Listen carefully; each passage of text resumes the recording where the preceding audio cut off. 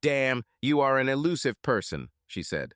I just muttered in response without turning around. I didn't need to look, she was still wearing the same perfume. Not knowing what else to do, I continued to bait the hook. She sat down next to him, dangling her slender legs over the pier. How are you? She asked. I reached over and turned off the cheap radio I took with me on fishing trips. Shrugged. I kept the two hooks between my lips and didn't want to start chatting while they were there. When I first started sea fishing, one of these hooks got caught on my earlobe, and I knew how difficult and painful it was to pull it out. I almost felt sorry for the fish. So this is what you do now? She asked, looking around. I understood why she was not happy. The pier was used by the fishing fleet, and their rubbish and gear lay here and there. I watched the fleet sail at dawn. I enjoyed watching them go and used to wave at them for good luck. At least I thought it was for luck. They might have thought differently and yelled something like, "Get out," at me as they waved back. I couldn't hear anything over the noise of their engines. I removed the hooks from my mouth for a moment. Pretty much like that, I like fish. She looked at me with sympathy. I didn't need her sympathy, but it didn't bother me as much as it might have previously. Jake, she began, but fell silent when I cast the line so that it fell into the shadow of the pier where the bend led to the west. The fish loved the shade at this time of day. Jake, she began again. I rummaged through an old army bag that I used for fishing gear and sundries. I gladly took out a flask and 2 plastic mugs. He poured some coffee and handed one of them to her. I didn't like that bitch, but my mom didn't teach us to be rude to guests. Rain took the cup, trying to touch it only with her fingertips. You weren't so picky before, I remarked. Well, if there is no need to wallow in the mud, why do it? Thought you liked to roll around in the mud. At least that's what it seemed like. You seemed to enjoy doing it with that idiot, getting my bed dirty. Her face turned pale. I wonder why. 5 years later, what did it matter? Have you seen us? You knew? I nodded, smoothly retracting the line. I didn't want you to find out that way, she said. She sounded sincere, but she was a cheater, and lying was a common thing for her. How did you want me to know you were a cheating bitch? I asked with genuine curiosity. She brushed her skirt as if there were crumbs on it, thinking about what to say. I grinned. I wasn't going to tell her that she had sat right on the dried innards of my kill from yesterday. I always gutted the fish right here and threw the insides back to feed those who were too smart to fall for my bait and hook. It was impossible to see the dirt on the black resinous surface. I figured that 10 minutes of her heat would be enough for the residue to stick to her gorgeous skirt. Well, she began, I was hoping we could talk, you, James, and I together. Did you really think I would sit down friendly with that bastard? My sincere surprise was obvious. She frowned. We could have a civil conversation and work things out. He'd have to pull my shoe out of his ass first, I suggested. This bastard is a complete asshole. I'd rather not breathe the same air as him. I'm basically ashamed of the fact that we both breathe oxygen. Jake, she sighed. That sigh was so familiar. Usually it was preceded by a request to be reasonable or a long silence to teach me something stupid. What? This slimy eel took advantage of my kindness and laid my wife under him, and my family with her. Then he stole my company. He's a bastard, a sick, vicious, slimy old bastard. And you thought we could sit down and have some tea or something? Did he steal your brain along with your promises? I shook my head. Crap. Now you're annoying me. For 5 years I was quite happy, and then you appeared again. Crap. What do you want, Rain? I won't give you money. I won't give you anything. You already took everything I had. You've spent it. Now go and spend it yourself. She looked at me with pity. Jake, I didn't come to ask you for money. I mean... She waved her hand towards the surroundings and me sitting in the middle of it all, as if to explain. So why are you here? Jake, you just ran away. I didn't know where you went or why. You didn't even leave a note or anything. You took a few things and that's it. Clothes and a few small things. She got it right. Little things. Better luck than she thought. No, I didn't just run away, as you put it. I considered my options, decided what I wanted to do, and did it. There was no escape. You're making it sound like I'm scared or being chased away. Damn, I didn't like it, but without you in the picture, all I had to think about was what I wanted. I thought about leaving a note, but I think it would have just said, "Dear Rain, you are a cheat, a liar, and a thief. I wish you a shitty life. Bye." But I didn't want to waste so much paper. "I've never been a thief." Rain was indignant. I giggled as she didn't deny everything else. Well, I had proof of this. After he deceived me and stole my company, I got drunk in rage and pain while he went to my house to celebrate by having my wife. When I found them doing this, a feeling of bitter, absolute rage fought with overwhelming despondency, and I simply walked away. The alternatives were 2 graves and life imprisonment or the electric chair. Yes? Then how come you and that bastard now own my family's business? A business in which I worked and sweated for almost 20 years. It was never yours, and yet somehow it ended up in your hands. It must be fucking magic. She had the decency to look embarrassed. "I wasn't involved in it," she said. "It was James. It's just business." No, it wasn't a business I would be involved in. He had secrets. Secrets that only 2 people knew, and I was one of them. You were different. So before you say it had nothing to do with you, explain how he found out about these secrets just in time to corner me in a meeting and vote me out. It was your voice that he used. She turned pale again. It didn't suit her blonde beauty. It made her look pale and sick. "Look, I didn't come here to talk about this," she stammered, trying to maintain her dignity. "No, I don't think that's what you came for," I said calmly. "There are some good things about that you were betrayed and you decided to just leave. But there are a few good ones. First of all, you decide when enough is enough, and seeing her jump on that nasty bastard was more than enough for me. Another thing is that sometimes you have a lot of time to think about things before they come back to you. I had 5 years before she showed up on my pier, plenty of time to think things through.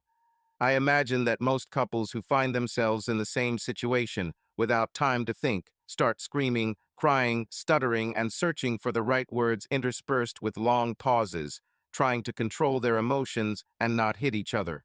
I had time for silence and solitude. "So why are you here?" I asked. The line shook and I pulled, feeling the rod come to life, enjoying the wave of excitement that ran through me. It was something that non-fishermen didn't understand, the joy of catching a 12-pound fish on a 6-pound line, playing with the fish, reeling it in, and letting it go until he was tired enough to pull it out. Sure, that and being left alone with my thoughts, which is what I was missing right now. "What are you doing?" she screamed as I jumped up and began to fight the fish, the rod jerking violently as I tried to steer it left and right. She stood up, and out of the corner of my eye, I saw her skirt briefly stick to the dirt on the ground. She smoothed it over her thighs and felt sticky. Then she started twisting and turning, trying to see what was on her skirt. I ignored her fuss and focused on the battle. Okay, that's not entirely true. I'd been fishing this pier for 5 years and usually had a decent catch by the end of the day, so I was on autopilot. This gave me time to think.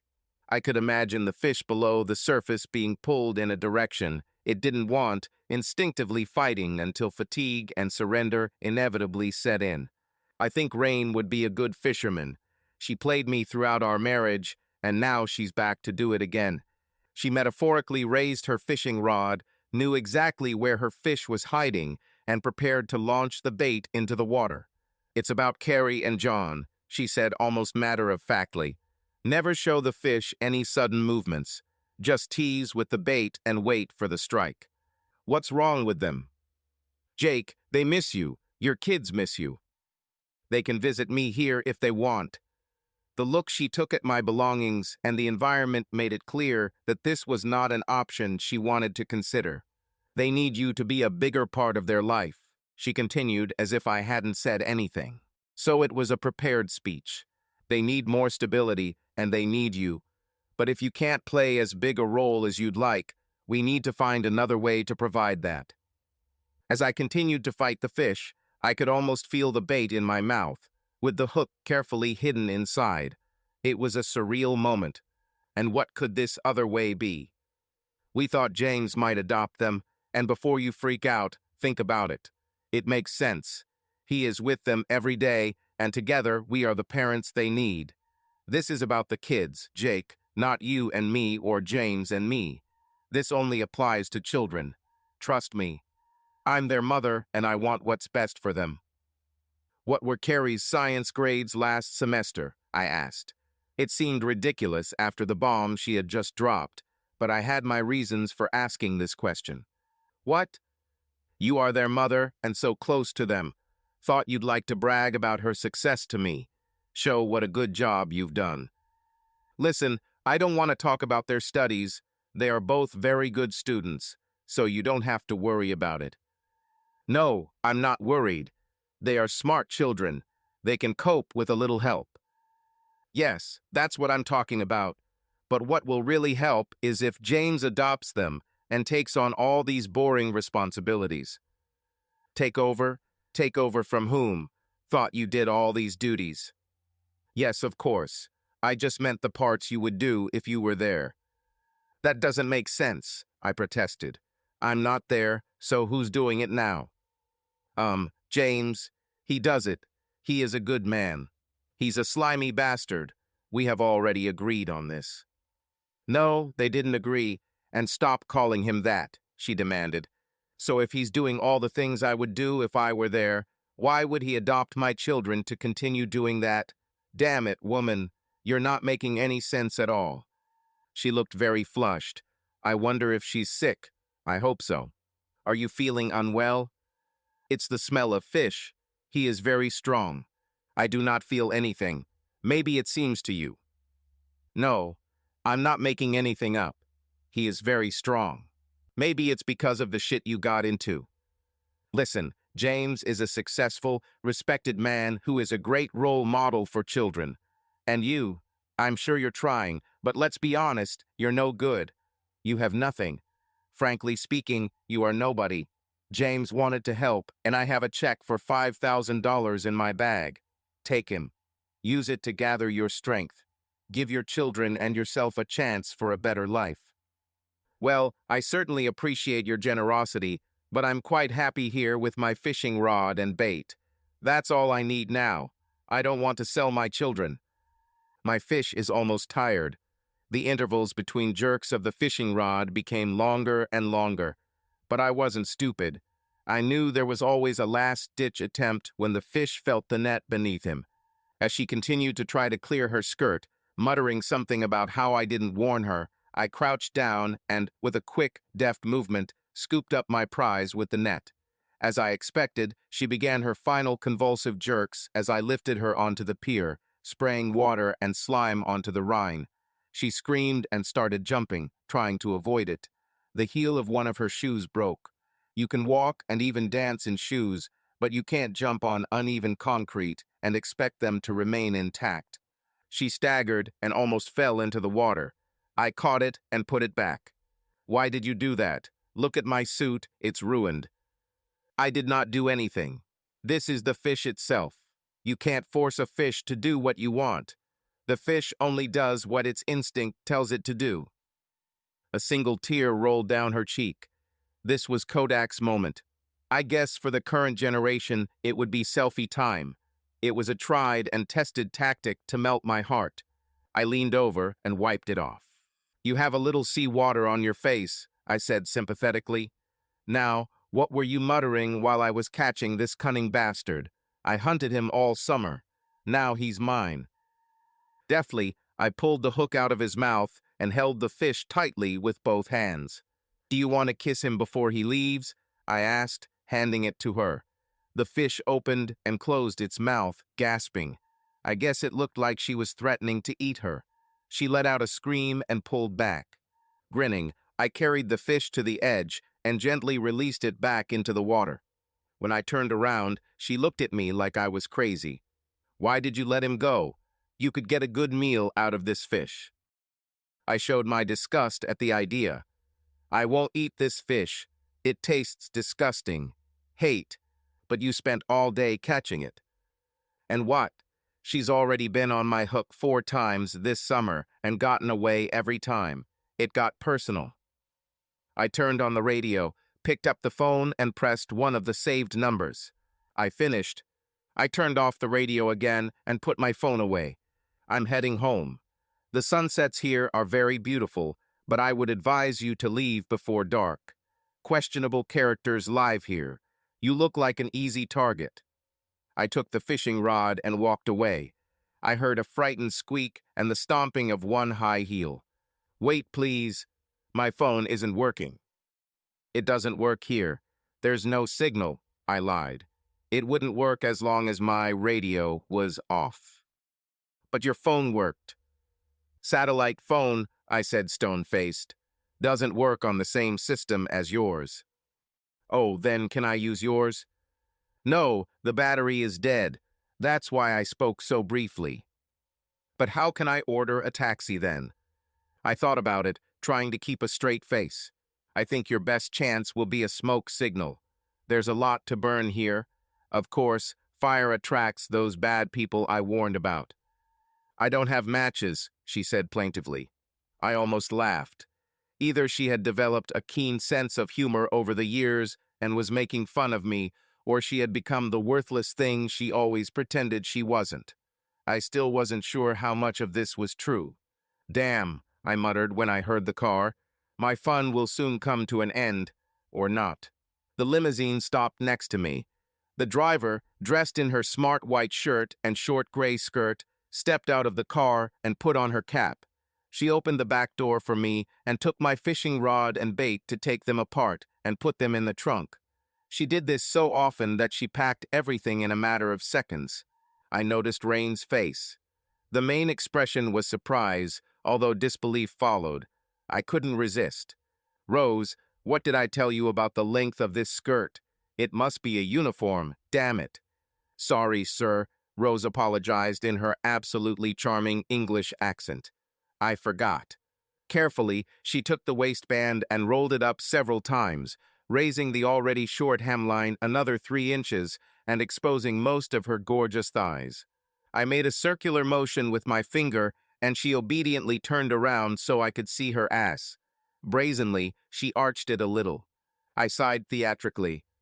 Rose, you need to remember my instructions, understand? Yes, sir, she gave a crisp salute. Oh, sir, I know Mr. Yamamoto hopes you will call him soon as he has to attend cockeye in the morning, but do you want me on your lap now or later, sir? The impudent little bitch tried to play my own game with me. There's no time for kneeling now. We'll have to make do. On the trunk. Her eyes, which had sparkled with hidden laughter a moment ago, widened at my words and then became clouded. Yes, sir, she turned and leaned over the hood, then flipped the hem of her skirt over her back, revealing some very cute pink panties. Damn, she was ready. Well, if so, I slapped her on the right buttock. She barely moved. She had a very tight ass. I heard Rain gasp. 1, thank you, sir. Please, can I have one more? I spanked her on the other one, a little harder. 2, thank you, sir. Please, can I have one more? When we got to 10, I started to sweat, and not from exertion. Rose was shaking slightly and breathing very quickly. 10, thank you, sir. Please, can I have one more? Rose, you know that I can only give you 10. It's in the company's rules. Damn, I forgot to stick to the accent. Well, okay, my ex could draw her own conclusions. I know, sir. But subparagraph 3 of paragraph 7 states that if a second offense occurs during the punishment, then further punishment can be applied immediately. She took off her cap and dropped it to the floor, revealing her shiny reddish hair. I like this color. Oh, sorry, sir. I think I will also need to be punished for this. I gave her 10 more spanks very quickly. She really was my driver, but spanking was just a little game we played sometimes. I didn't expect her to play it in front of my ex-wife, although I have to admit, it made everything even more fun. After a few seconds, she turned around, thanked me for my hand, and put on her cap, standing at the door, ready to close it when I entered. I sat down with a sigh. Thank you, Rose. Home, please. I really need a shower. Yes, sir. I'll let Alicia know you're on your way. Wonderful. She began to close the door, and then Rain, who had been standing with her mouth open, as if she had seen a miracle, suddenly screamed and rushed forward. Wait, is this your car? She gasped. This is his work machine, Rose whispered, knowing that I could hear her clearly. At that moment, I realized that she recognized my ex from the photographs that were pinned to the dartboard on the back door of my office, and was playing with her almost as well as I was playing with that fish. When a photo had too many holes, one of the staff would print out another one and replace it. I became very good at playing darts. He uses a Lamborghini when he goes to clubs, or a Mercedes Sport when he goes to wine farms. He lets me drive this car as a special treat. I can't drive a Ferrari, only he can drive one. Are you his girlfriend? Rain gasped, still in shock. Rose was just as shocked. Oh my God, madam, I'm his driver. It would be indecent if I were his girlfriend. Rain looked at her with a very old-fashioned expression, but she had more urgent matters on her mind. I need transport to the city. I'll go with you. Rose made a small sound of alarm. I looked at her. Sir, this lady's scent will permeate the car. It will be almost impossible to remove it. Michaela will kill me, sir. Please. Oh, she's right, Rain. Those fish guts you smeared all over your ass will ruin your skin.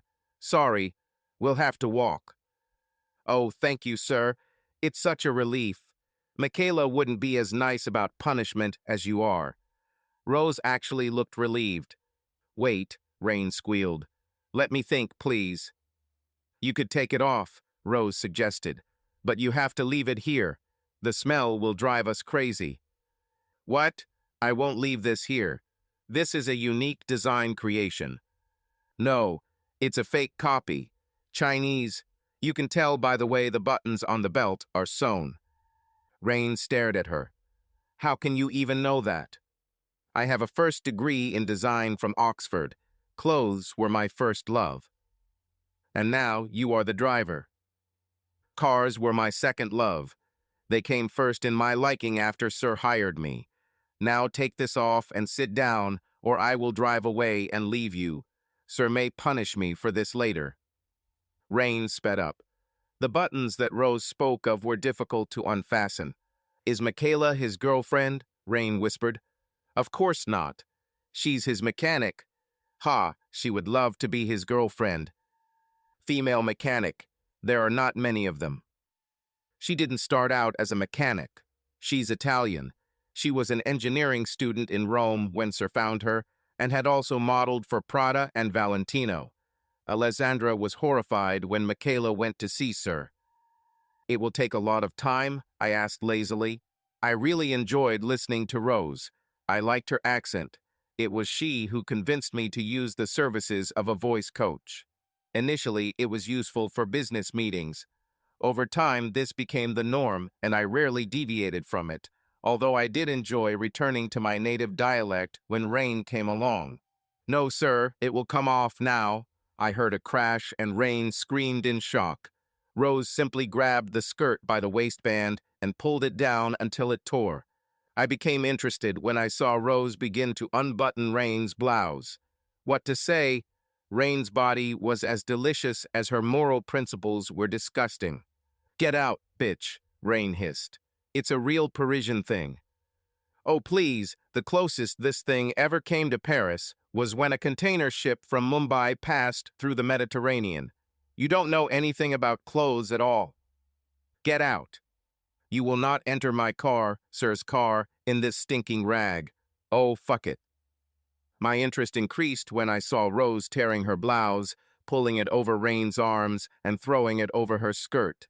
It was an interesting sight as the struggle made my ex-wife's breasts jiggle and jiggle in her little black bra. Shoes, Rose demanded, looking like the sweetest SA employee you've ever seen. The shoes were collected along with the rags that were her clothes, and they were all thrown into the trash. Sit down, Rose ordered, and Rain hurried to comply before she lost her panties too. Sir, let me drive a little faster. This, lady, delayed us, and Alicia wanted us to be on time. She means those soufflés, and if we are late and they fall. I shuddered at the thought of Alicia's distress. Forward, if we get caught by the police, well, at least we can show Alicia the speeding ticket as proof we tried. Alicia is his girlfriend, asked Rain. No, Alicia is my chef. Also from Rome, I believe. I smiled at the thought. No, she's from Australia, although she spent some time in Rome receiving her 3rd Michelin star. And I assume she modeled for Dolce and Gabbana. Sarcasm and disbelief fought for dominance in her voice. I heard Rose try to stifle a giggle, and I joined her. No, she's not a model, I said when I pulled myself together. But she was a centerfold in Playboy, sir, Rose interjected. I guess that counts. I had to agree. Alicia actually modeled. It counted. Ryan's mouth did a great job of portraying an old catfish. Mikola was the one who modeled for Dolce and Gabbana in her early days, Rosa finished. Mechanic. The mouth was still doing the fish imitation. Yes, her father was a designer for the Lamborghini family, I explained.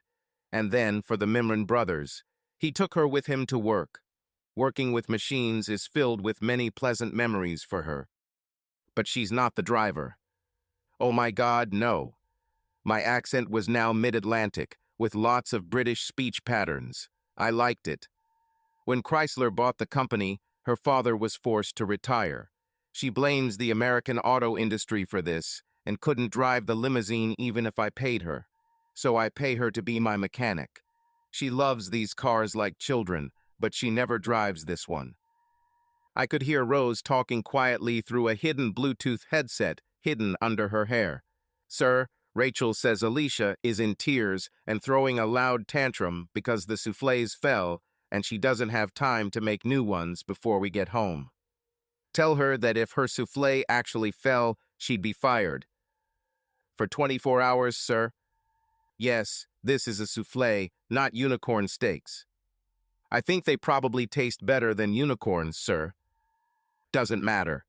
Rose muttered into the phone. Rachel says Alicia is very happy now. Wonderful. Rain looked at me as if I had turned into a snake. Who are you?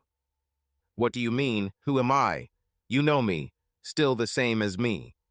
I returned to the speech of my childhood, the childhood when I met a stunningly beautiful woman in college, a woman who made fun of my speech but loved me, the woman who married me and bore me 2 children while I worked my ass off for them, a woman who started dating a man with a higher status than me, and then together with him decided to steal everything from me, a woman who failed spectacularly in this endeavor.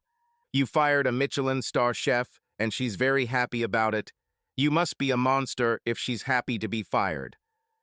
From the front seat, I heard Rose giggle. I was going to talk to her about this. I couldn't let my staff eavesdrop, and she is happy because now she will sleep with Sir all day. Rose always had a tendency to talk too much. Another punishment, I decided. I told Rose about this. She seemed very excited to hear this. But you fired her, Rain interrupted. Please, sir, oh please, can you explain it to me? Rose begged. Oh, okay, very good, I said. Sir cannot sleep with an employee. That would be very bad, and people might say that he is harassing his employees. Sir would never do this, and would never allow an employee to harass him. But if someone is fired and happens to still live in the house and irate the way to his bed, then who could cry about harassment? That's why Alicia is so glad she got fired, although not as happy as she will be tomorrow morning. But he spanked you right in front of me. This is an attack. It's part of my contract, so when I mess up, I know the consequences. Are you stupid for allowing this to be part of your employment contract? Rain said, getting angry at the thought. How dare you, Rose hissed. You have no idea how hard it was for me to get that clause included. I think Rain was on the verge of overload. Luckily, we arrived at my gate. The 2 graceful girls at the gate smiled broadly. I smiled back. Dressed in dark blue uniforms with mid-length skirts and carefully tailored jackets, they looked as if they had just stepped out of a fraternity house. In fact, both could kill a man in 14 different ways, and that was without the use of the discreet machine guns they carried at their left shoulders and the smaller model that was somehow attached to their thigh under their skirts. I've reviewed the latest holsters at a few very nice events and still have no idea how they hold up. But I knew how much they enjoyed my confusion and frequent attempts to solve this riddle. Following my routine, I rolled down the window and Abigail poked her head inside to explore the interior. She looked at Rain. "Has Mrs. Fontaine been checked for weapons, sir?" I looked at Rain. She was wearing a black bra and panties. It didn't seem like she had a weapon hidden somewhere, but they didn't check her. "Not yet, Abby." "Yes, sir." She put her hand under her jacket. "Mrs. Fontaine, leave the car immediately." Laura, her partner at the gate, quietly walked to the other door and, on Abai's orders, opened the door so that Rain had a full view of both. They never risked my safety, and she also kept her hand on the handle of the machine gun. Rain's eyes were huge. She looked at me. I stared back. "Mrs. Fontaine, get out of the car, now." Abai's tone became much more urgent. I hoped there would be no shooting. Rain jumped out of the car as if she had been pushed. Laura led her to the security booth. I stroked Abai's cheek. "Thank you, dear." She rubbed herself against my palm. "Always a pleasure, sir," she whispered. "I think it would be best to isolate her." She nodded. Rain's security check didn't take long, although it was probably more thorough than usual. My security also saw the photograph with darts stuck into it. She returned a few minutes later, looking red and disheveled, trying to adjust her bra and panties at the same time. Laura looked into the car. "There are no weapons or listening devices, sir. She's clean, although perhaps not as clean as it was before the inspection. She felt a little hot. Under her collar, we confiscated her phone as you asked." "Are you sure she's clean?" I teased her. "Sir," she sounded offended and upset that I might doubt her professionalism, but I saw a sparkle in her eyes. "We always do our work carefully. We checked everywhere." "Everywhere?" "Twice, sir." "Good job. It's a pity. I was looking forward to firing you both." Her eyes widened with pleasure, but then she looked sad. "You can't fire us until C1 and Sheena return from Japan and take another shift." "To hell with these vacations. I was stupid to let you all have 4 weeks off so you could travel to foreign countries and leave me behind," I said. "You gave them the keys to your house there, so I don't think you can complain too much." I stroked her cheek, and she rubbed against my palm just like Abai. It was something they saw from me and Rachel, and this small gesture of affection quickly spread among the staff. Hey, it made us all happy. All my employees were very well paid, but it seemed like they didn't stick with me or enjoy my little quirks just for the money. They enjoyed the paycheck, sure, but they also really enjoyed work, life, travel, meeting and greeting the rich and social. It was a funny way to live. For some reason I could never understand, they really loved me. Rachel joined me first when I spontaneously offered her my new home as a refuge from the paparazzi after an incident at a party to which I had been invited, probably by mistake. I remember blushing to the roots of my hair when, in a fit of incredible stupidity, I blurted out this invitation, but to my amazement, the actress considered my proposal, looked at me, and then nodded. She stayed in the house in one of the guest rooms for one night, which turned into another night. Then, one magical evening, she joined me in my bed, and we both found much pleasure together. I guess I did something right because somehow she stayed the next night and the next and the next. Eventually, all those subsequent nights turned into weeks. Gradually, she took over running my house when she wasn't filming or rehearsing and brought the others to work with me, simply stating that I needed them and I had to deal with it.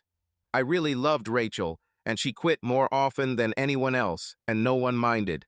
I think she was very careful in choosing all the girls she brought. Make of it what you will.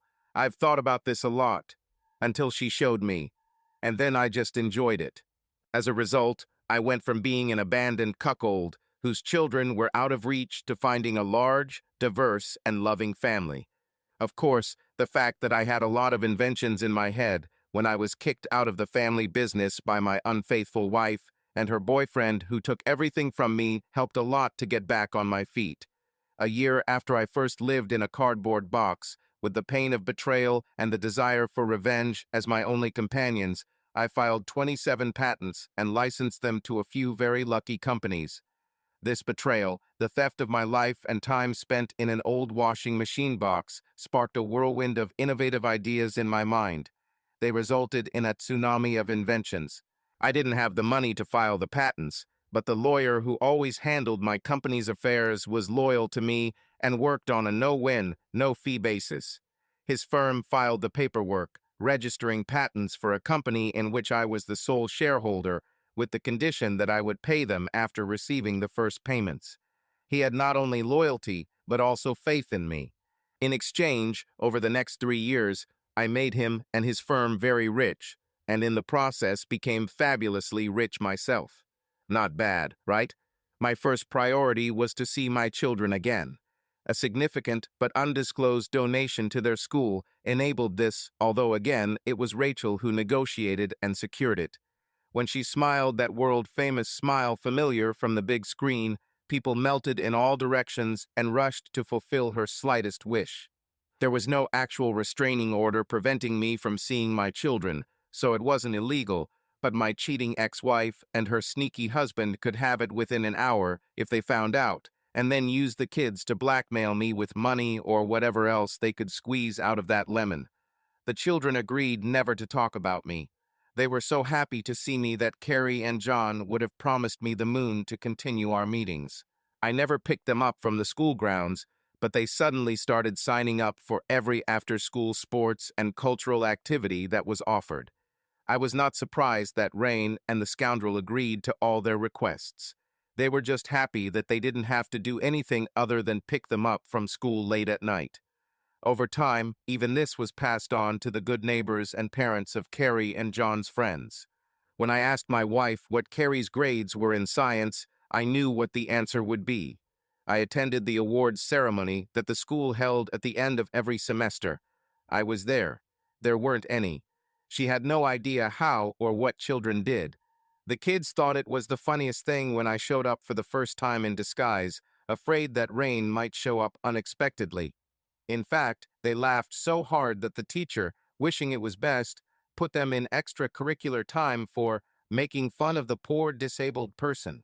I spent after school with them, helping them with their math and science homework. They really liked it. Now I no longer bothered with the disguise, knowing that Rain and her scoundrel husband had much more important things to do in their business and social calendar than dealing with her children. By my children, the car pulled up to the house and entered a simple garage, empty except for a few tools and oil cans. The door closed behind us, and I sighed with pleasure. I loved my garage.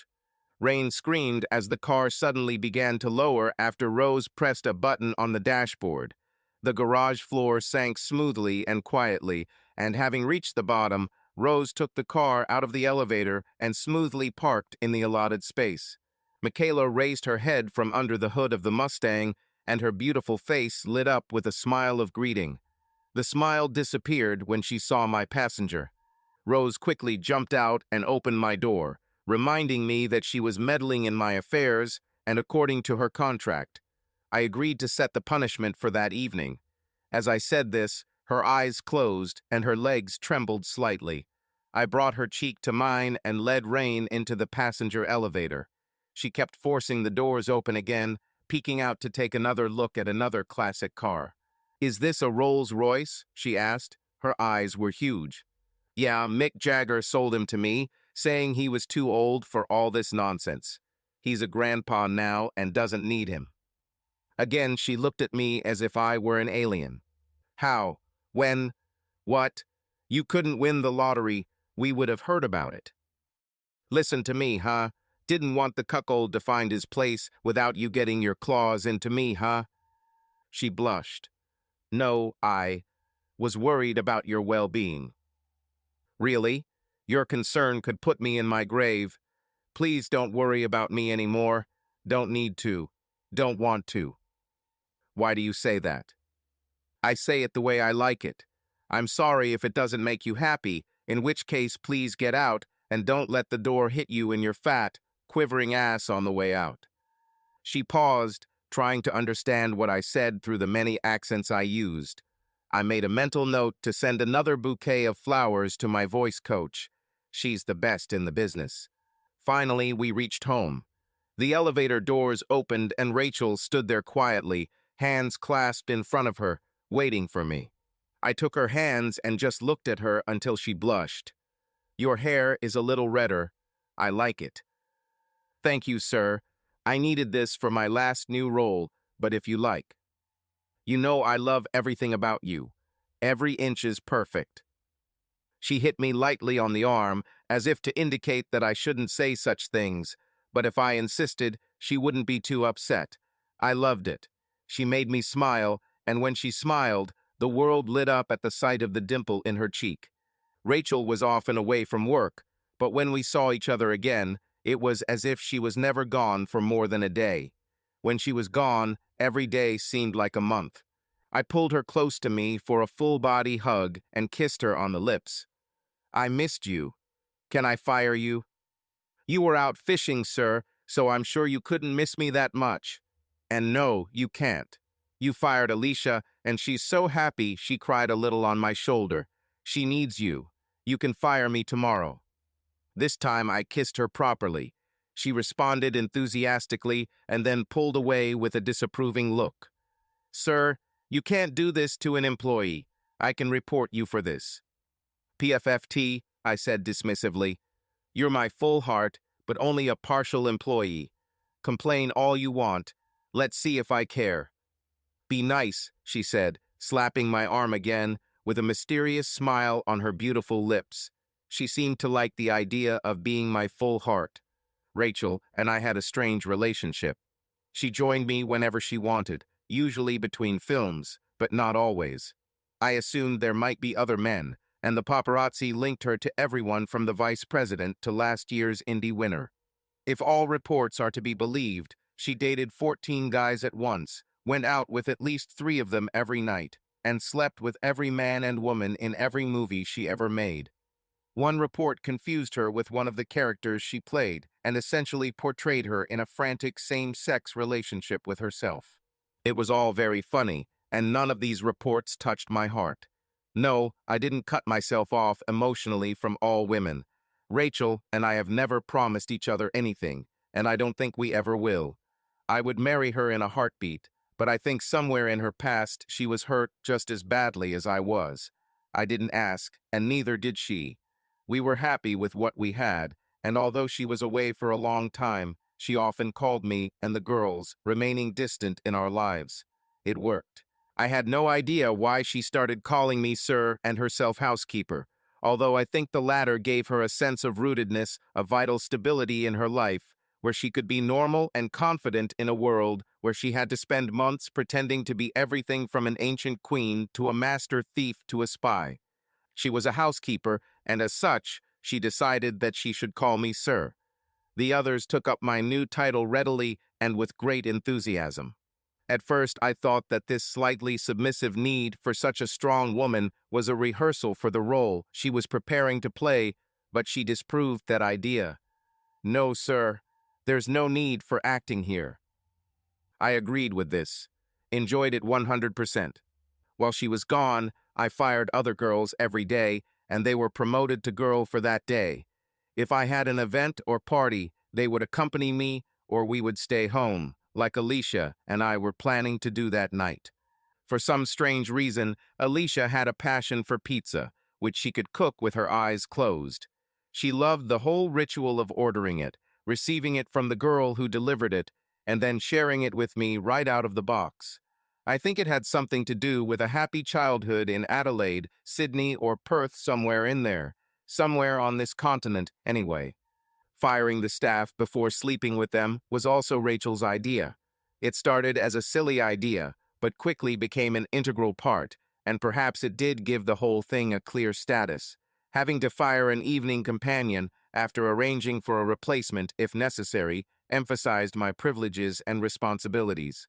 I knew how far I could go emotionally with my sophisticated staff, while at the same time letting them know that sleeping with the boss was taboo. They could only sleep with their boyfriend, which I could only become after they were fired. Each of them knew that we were exclusive within our group for security reasons. They were working towards a seductive goal that became more seductive as I became richer every day. The safety of all of us depended on each of them. Neither of them wanted to be laid off permanently and knew that if they met someone special, they might just quit. I valued them more than money, and I tried to make sure we all had a lot of fun in many different places. When I traveled, we all traveled together. When Rachel looked at Rain, I turned slightly. Rain, this is. You, in the movies, you're Rachel. Yes, I know, dear. I have been since birth. And I know who you are too. You are Sir's ex-wife. Do you understand the dangerous situation you are in now? She turned to me. And why is she half naked? I explained about her dress. Rachel looked at me carefully, and I knew we would discuss this a little later. Wait here, she ordered Rain. Please, don't take off your clothes anymore. She put the phone to her ear. Alicia, come up to the entrance. Please bring your guest robe with you. Oh, and you're fired from now on, so hurry up. Before I have to claw my eyes out, she finished with a sigh and a raised eyebrow at Rain. Rachel, I chided. Be kind. Rain came to offer me money. She stared at me, stunned. How much? For what? 5,000. He wants to buy children from me. I saw a dangerous glint in my little redhead's eyes. She knew how much I loved my children and how hard I worked to spend time with them. Do you want to buy his children? She hissed at Ryan. My ex-wife stepped back a little. Rachel was beautiful and had the most gentle, loving nature. However, she was now in full defense mode. I was even a little afraid. Do you think so little about your children? She asked. They are your children too, but you value them at only 2,500 each.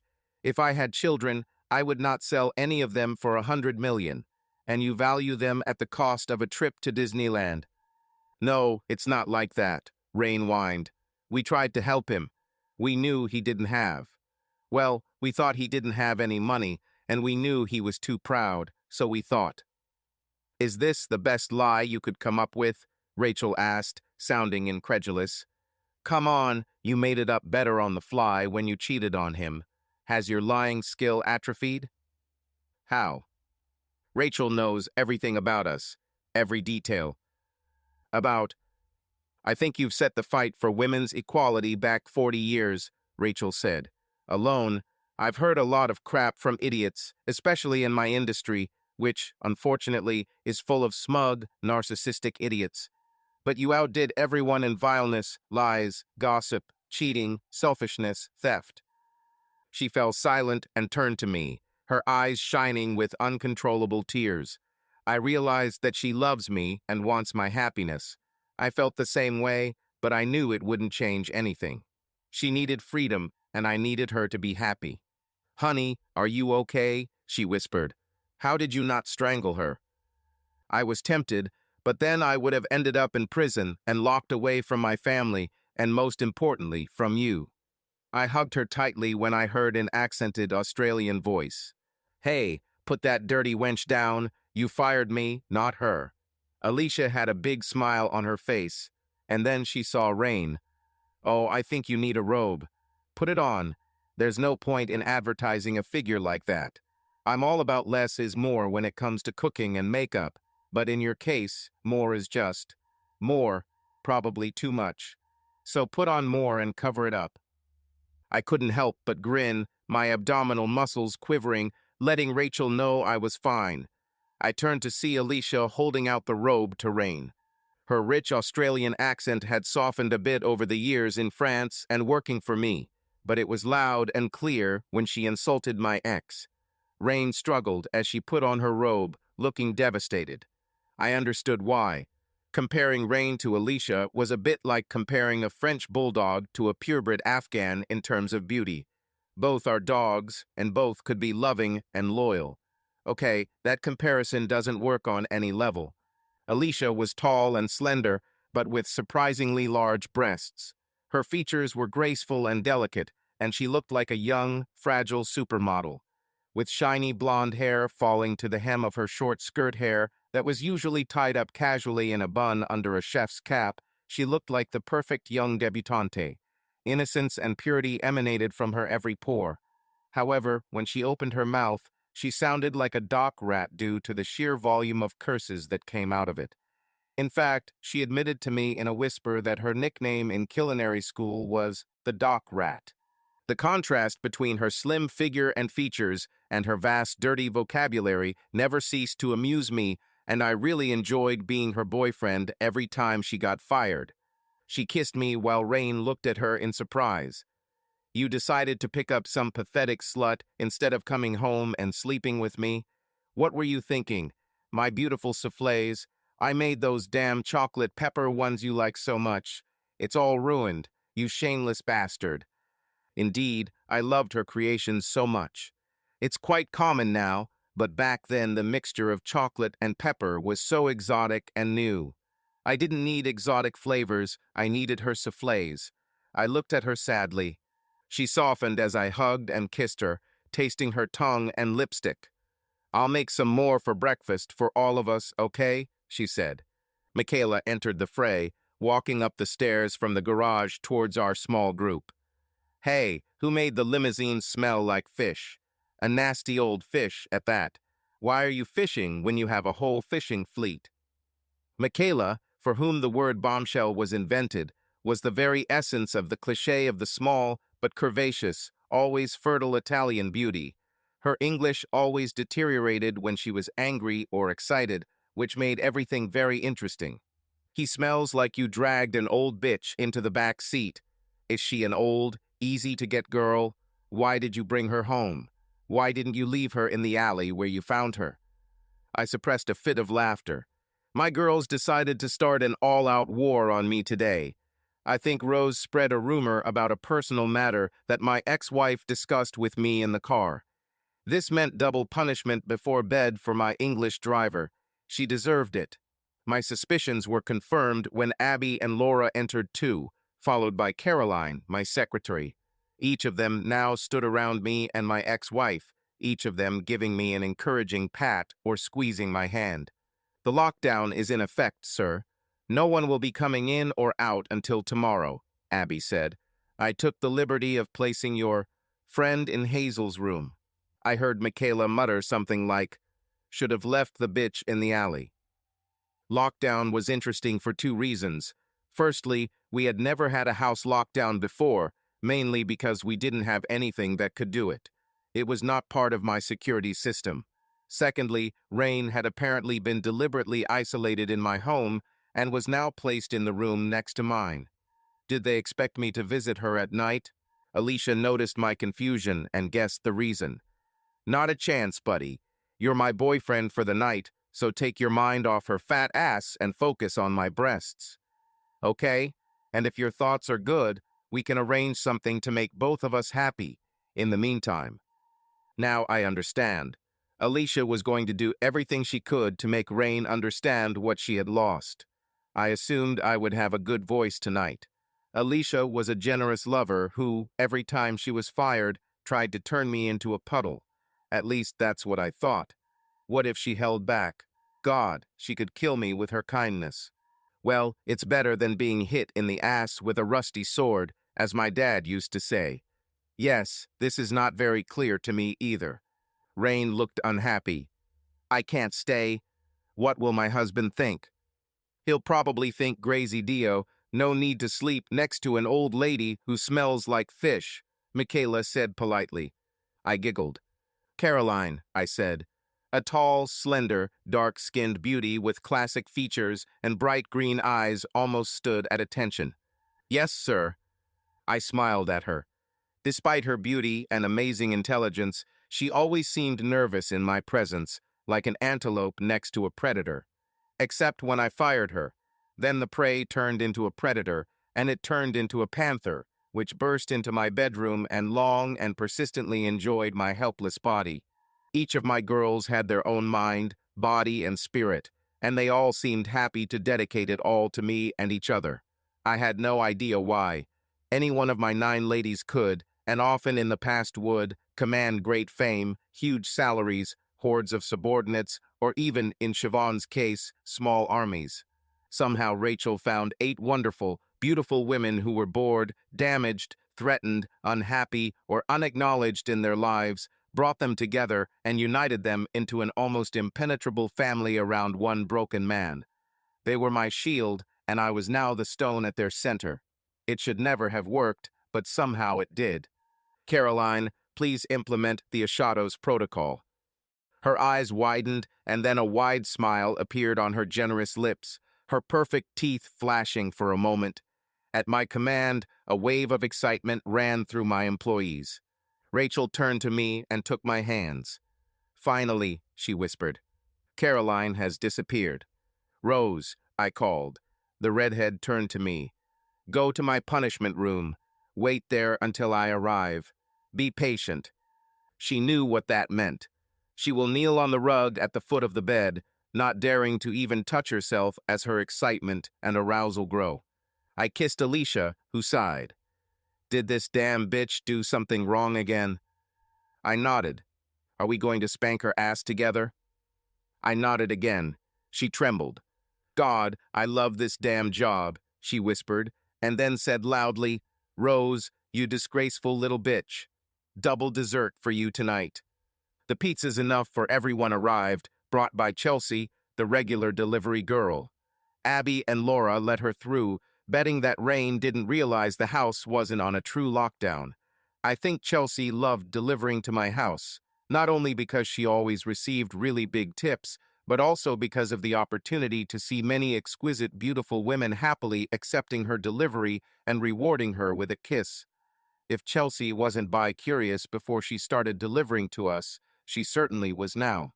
Alicia and I sat on the couch and watched the latest episode of the Australian series for a while.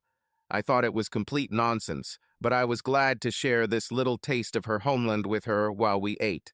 As far as I could tell, the plot hadn't moved an iota in the 10 episodes since I last fired Alicia, and I'd come to the conclusion that if the show was even remotely reflective of reality, then Australia must be filled with the stupidest, most mundane people you can imagine. I had never been there and had no idea, but had it in my mind that if Alicia was more representative, then it would be an insanely exciting place and worth an extended visit. I knew we had several patents licensed to Australian companies and thought perhaps I could take my staff on a business trip there in the Act Neo I had on permanent lease. I decided to wait until Sheena and Siobhan returned from holiday and then put it to a vote. When we finished looting the pizza box, I picked Alicia up, which she loved because it made her feel young and fragile, and carried her to my bedroom. Rose was waiting for us. According to protocol, she was in full uniform, right down to her cap. What should I do with you, Rose? You keep breaking the rules. My frustrated sigh was a great example of acting, if you ask me. I'm sorry, sir. I'm really sorry. I'll do better. Please don't fire me. Her voice shook, and she was able to squeeze out a real tear, returning my acting skills to their rightful place below. This will hurt more for you than for me, Rose. I quickly slapped one cheek, then the other, waited a little longer than expected, and did it again. I nodded to Alicia.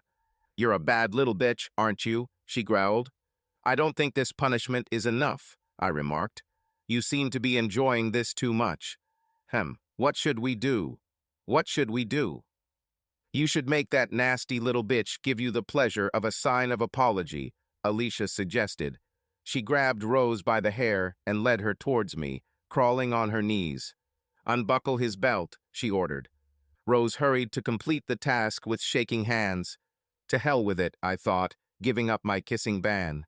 I leaned over and kissed her hard. I heard conversations outside and turned my head to listen. Yes, every night. Why not? It was Rachel's voice. Well, we had sex every night, but we didn't have sex with multiple partners at once. Rain sounded worried, upset. Jealous? Oh, it's just Rose. She's everyone's favorite, and the girls rarely mind her participation. She's so kind and generous and just loves spanking. Actually, she just loves everything related to sex. But she's generous as crazy, loyal to the last degree, and gives so much to her partners that when she wants to join, people rarely refuse. It won't last all night, of course. She knows that today is Alicia's night, so she will leave with dignity and leave the two of them. Jake, can it be long? You should know that, Rachel laughed. I'm sure he gave you thousands of pleasures before you cheated. How does that work for you? Still getting all the sex you need? A long silence followed. Well, James is getting old. He's younger than Jake. Rain didn't seem to hear it.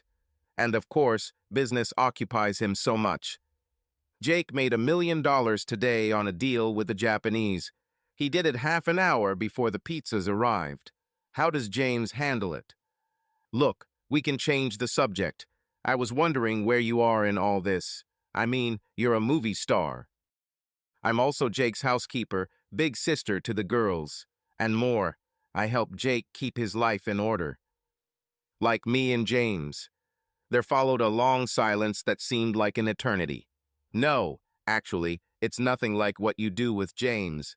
It's like comparing a kaleidoscope to the Hubble telescope. I help keep him and the girls in focus if you want. I'm the girl's big sister, and I'm the housekeeper, confidant, close friend, and— Tell me, wife, I mentally urged. Tell me, wife. Loving partner, Rachel finished. I sank slightly. I knew what our relationship was like, but I couldn't help but want more. But that was okay. What we have is enough. You don't get much love today, Rain said sarcastically. Oh, hellfire me tomorrow afternoon. I'll try to look as beautiful as possible for him. First, we have the opening of a new exhibition at the Whitney with the First Lady and her children, and then, while we're in New York, a dinner and dance at Layval. Finally, back here for a wonderful night. Her voice became dreamy. I loved it when she got so romantic. Damn, night flights are not my idea of a romantic evening when you stand in line to be packed like sardines. Rachel laughed. Oh, honey, we never have to wait in line, and we're packed like sardines, only in the sleeping section of the plane. I heard the disbelief in Rain's voice when she said, "What other sleeping section?" The back of the plane, where there is a large, soft double bed. I've never heard of an airplane with a bed on board. Well, it's his plane, so he can decorate it however he wants. I smiled. Rachel guided her through it so smoothly, it was amazing. A long silence followed. Knowing Jake, he'll probably fall asleep on you tomorrow after tonight, Rain said sarcastically again, trying to retreat and regroup. When I finally sat down at the end of the bed, Rose received 3 quick spanks from Alicia, a kiss from each of us, and went to her bed, very happy. Alicia woke me up right on time with a fun and sincere sex session. At breakfast, all the ladies and I enthusiastically thanked Alicia for her incredibly easy creations, although Rain kept an eye on my chef as she hobbled around the kitchen, trying to keep her thighs apart as she walked.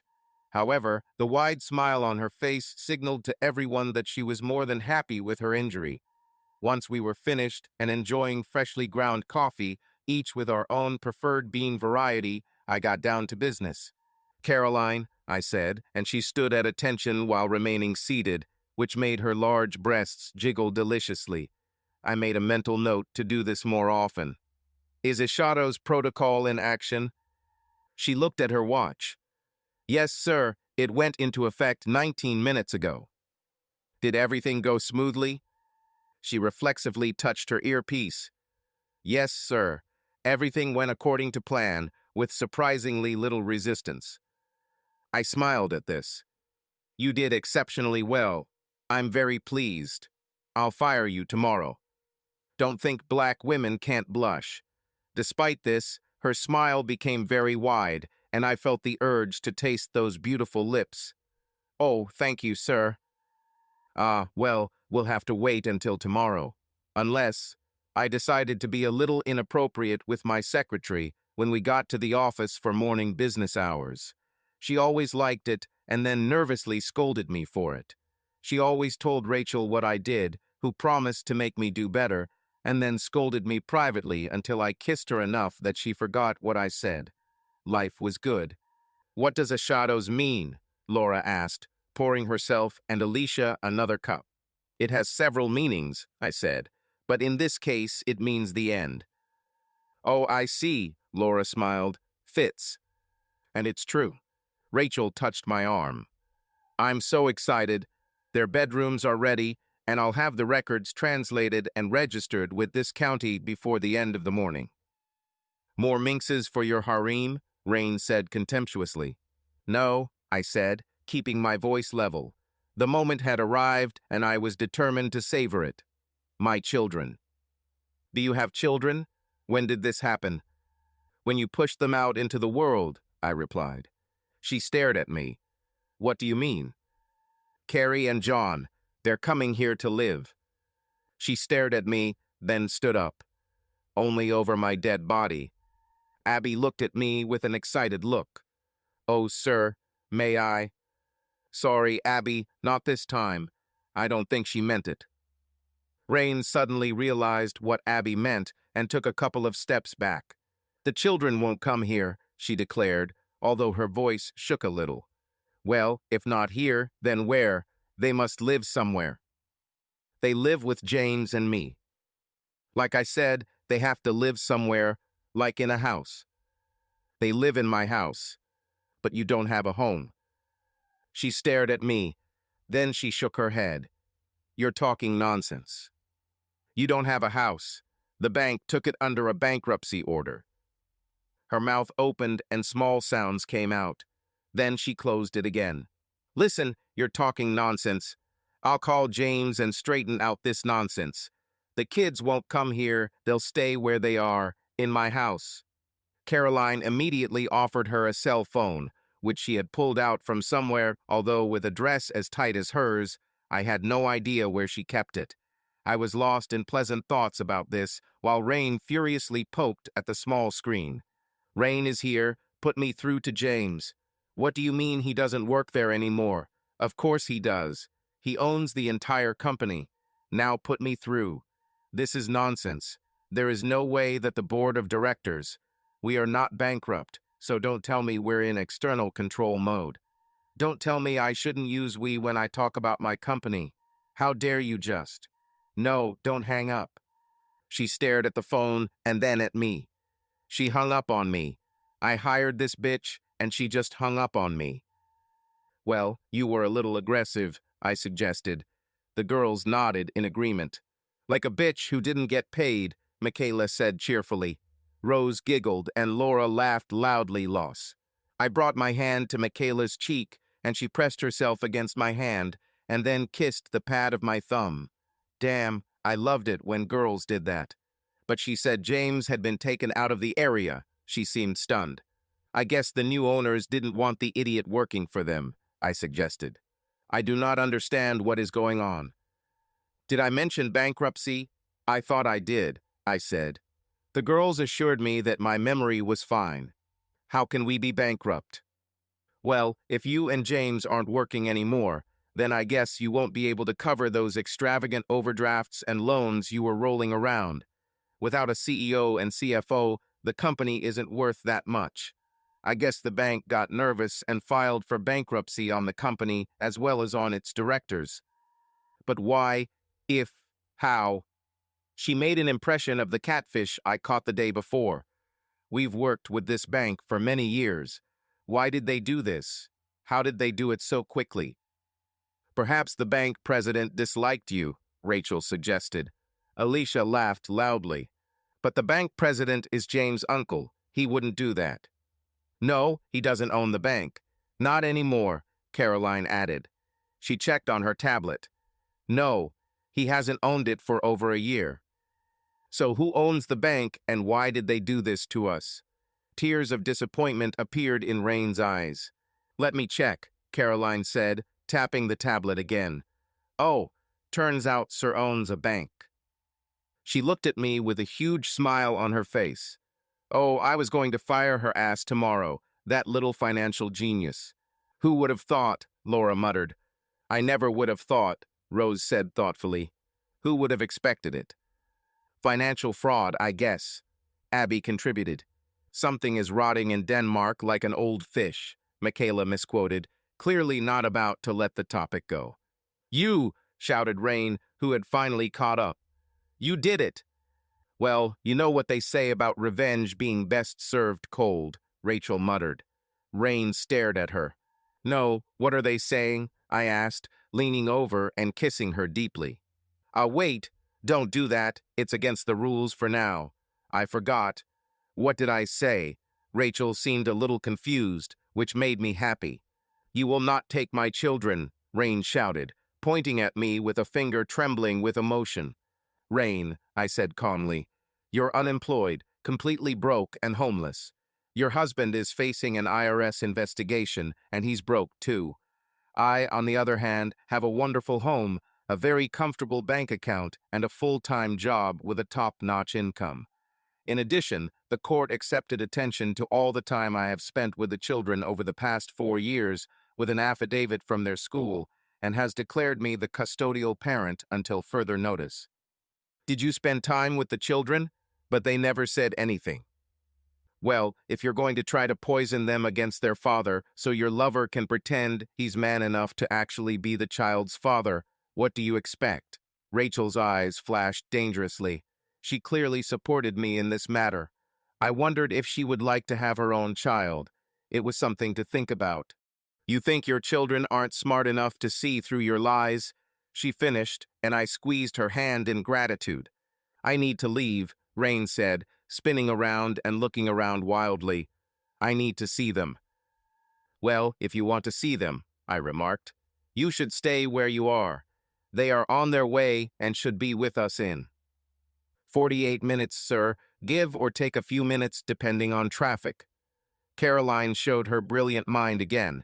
She was a junior economics professor when Rachel met her, trying to fight a system that was secretly and subtly both misogynistic and racist at its core, and was slowly losing ground.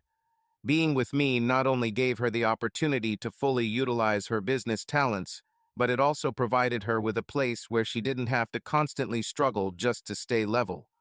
Here she had a family who loved and supported her in every way. But where should I go? Rain screamed. Where will James go? What should I do? I was going to put the final nail in the coffin of my revenge and tell her to get out and die. Rachel put her hand on my shoulder. James will probably go to jail. Caroline has taken a close look at the company's accounts, and in her assessment, the borrowing he has been doing from the accounts will likely upset both the tax authorities and the DA.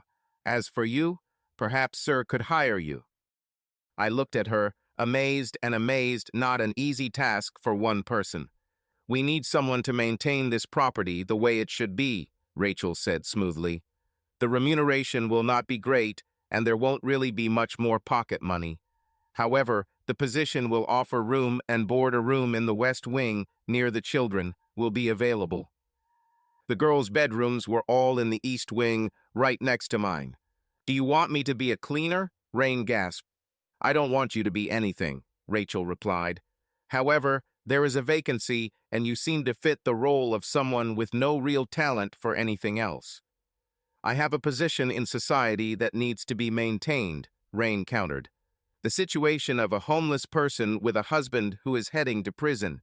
Someone with no income, no fixed or movable assets, and not even clothes other than the panties and bra you wore yesterday. That's the situation.